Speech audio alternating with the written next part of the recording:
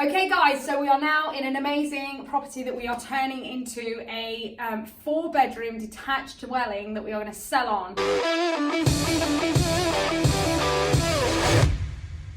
So we're really in the last stages now. Currently, I am sat in the 4th bedroom that we built because we did a loft conversion here. So massive, beautiful big space here.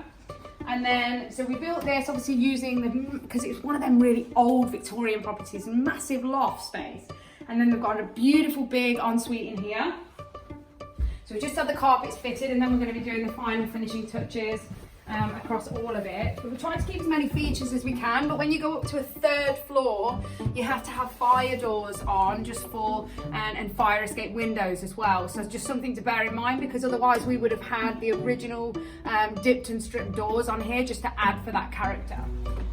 So we've got a bathroom in here, which is going to be tidied up a little bit more before we finish. Another massive size bedroom, beautiful bay window. So it's all about the features as well, because features sell houses. It's not about, you know, having a box for a view. Like, you don't want to live in a box, right? So you want to have nice little features like fireplaces and little original flooring, little alcoves and things like that. So wherever possible, like we've got these windows here, we've kept whatever we can just to keep that character of the building, because that is what sells houses, and we find that we get a lot more when we're selling them when we keep these things.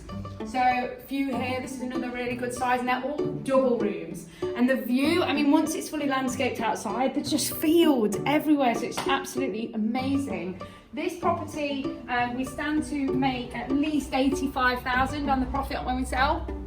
And this is a really, really affluent area. People are desperate to buy houses. Unfortunately, don't mean to say it like this, but somebody literally has to die for a house to become available around here.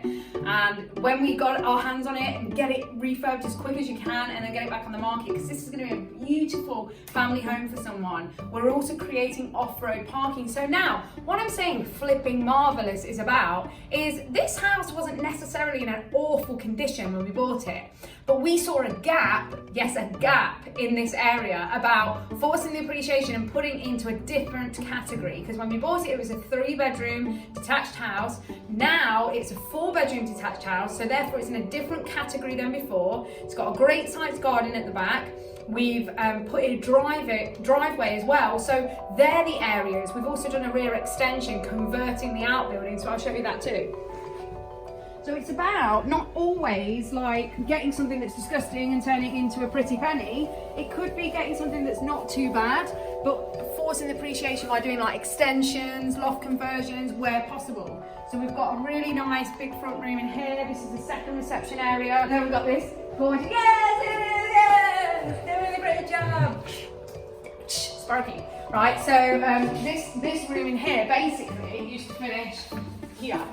And then it was just an outbuilding, so we've converted all the way through to create this amazing space like this, like so many rooms, so many activities. Have you seen that film? It's good, right?